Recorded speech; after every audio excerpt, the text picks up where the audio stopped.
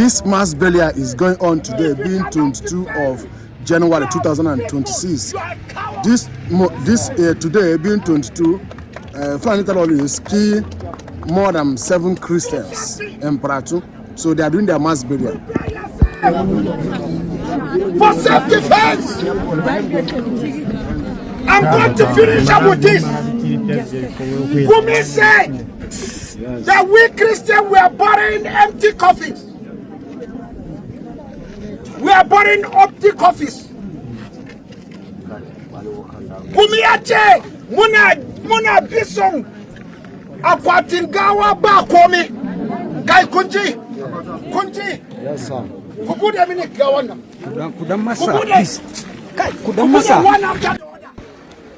Yes, I'm covering the video due to YouTube standard. If I open it, YouTube may strike me. So if you need the full video, go to my WhatsApp channel. You will watch the full video there. Yeah, you watch the full video on my WhatsApp channel. So I'm covering this place where they are open the casket due to YouTube standard. Is it an empty coffin? No. Eh? No.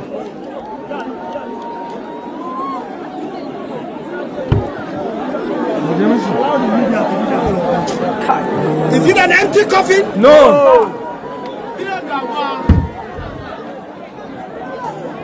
Open that one. Is it an empty coffin? No. Hey. Hello.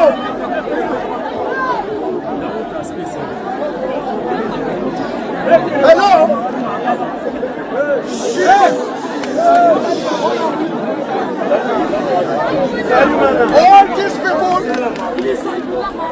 All these people, they wake up this morning or yesterday evening, they say goodbye, they didn't know they are not coming back home.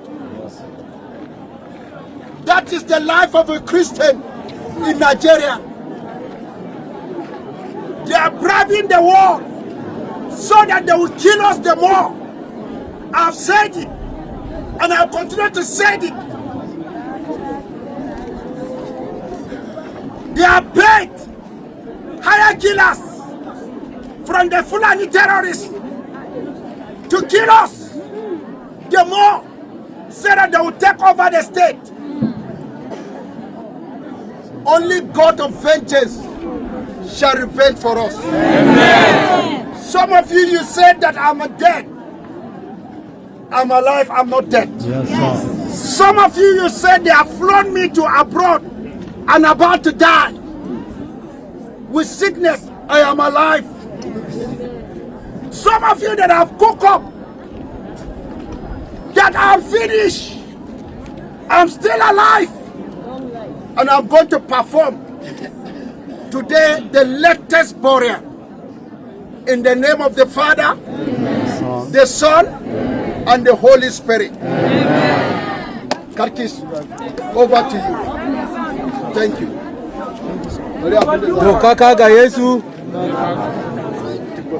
Please. Yes. Please.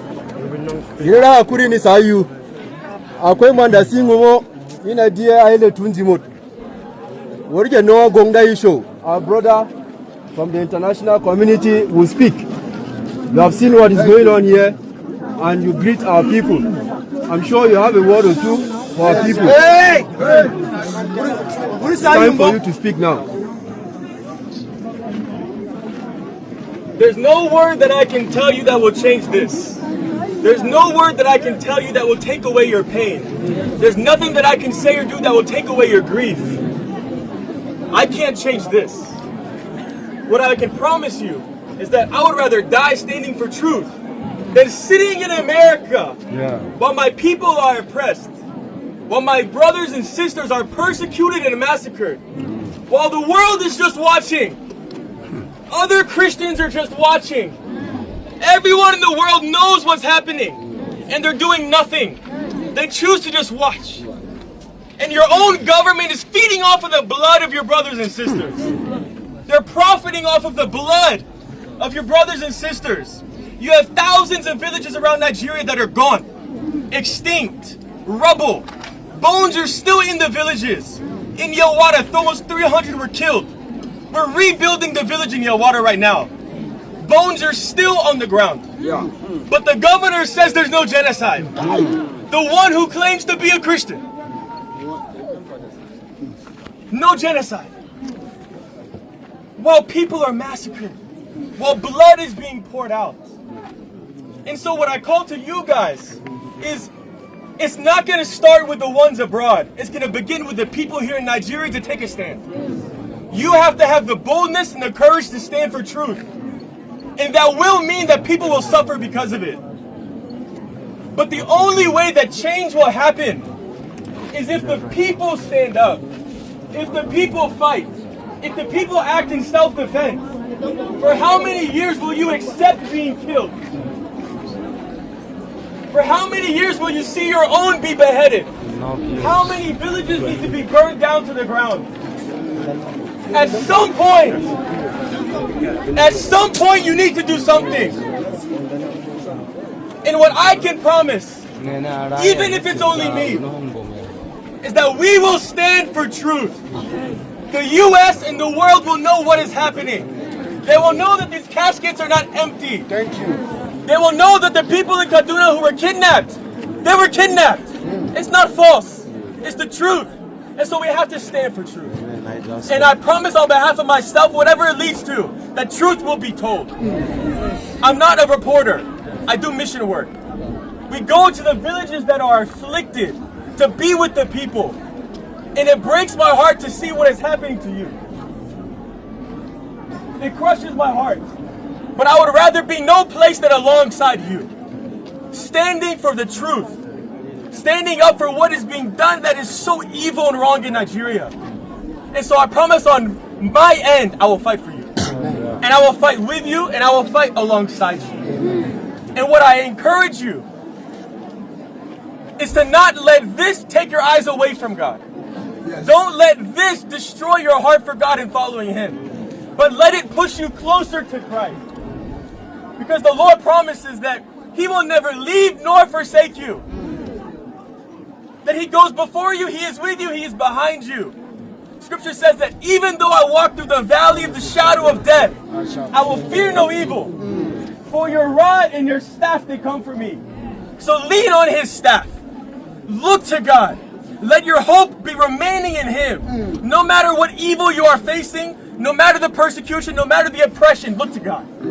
Go to Him because He will comfort you. Scripture says that He is gentle and lowly in heart. That you will find rest for your soul. And so I know that you have no rest right now. But I challenge you to go to God. Look to Him for rest. Look to Him for comfort. Let Him bring tears. Let Him bring joy from tears. Because He can do anything.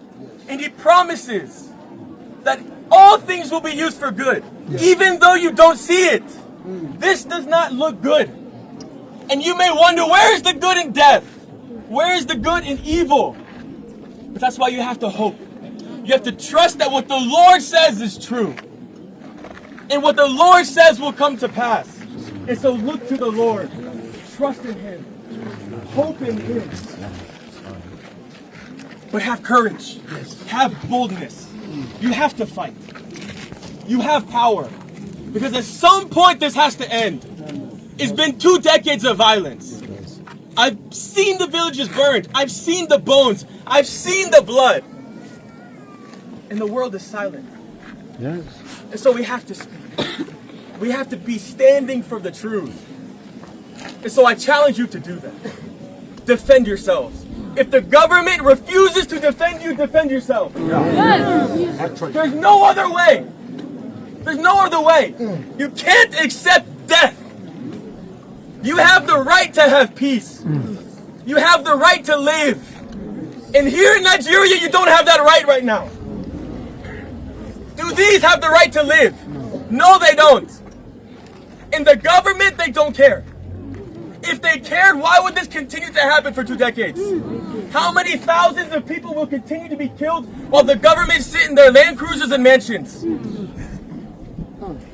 Even the DPO did not want to let me into this funeral. When I entered, they said, oh no, there's no need for reporting. Today, your own DPO.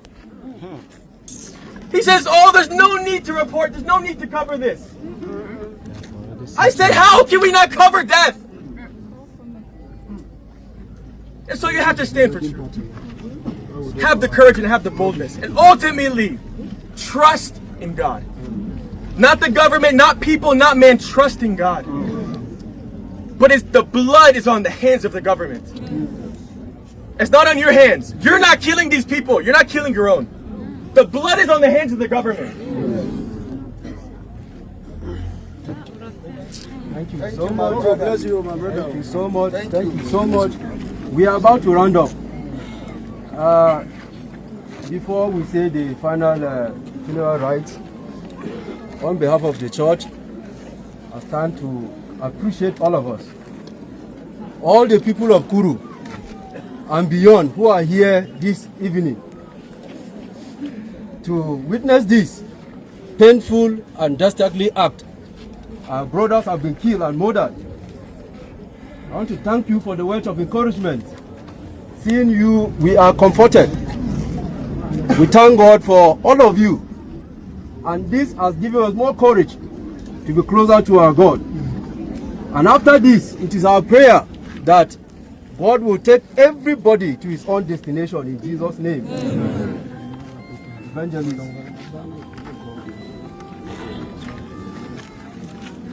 So, at this juncture, I welcome all clergymen in our midst from different denominations that we have come to worship God together and to pray for our brothers and sisters.